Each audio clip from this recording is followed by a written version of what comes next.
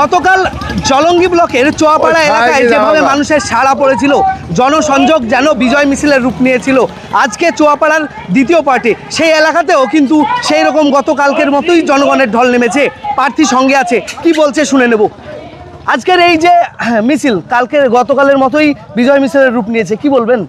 একই কথা যে মানুষ এখানকার সংগঠন সারা বছর কাজ করে এবং আমি তাদের সঙ্গে যুক্ত থাকি, সেই কারণে আমার সঙ্গে তারা সংগঠনগতভাবে যুক্ত হয়ে এই উচ্ছ্বাস, এই উদ্দীপনা নিয়ে এই প্রচণ্ড কাঠফাটা রোদের মধ্যে তারা আমাদের সঙ্গে বাড়ি বাড়ি ঘুরে চলেছে, জনসংযোগের কাজে আমাকে সহযোগিতা করছেন। এই জলঙ্গি ব্লকে আপনাদের লড়াই কার সঙ্গে হবে?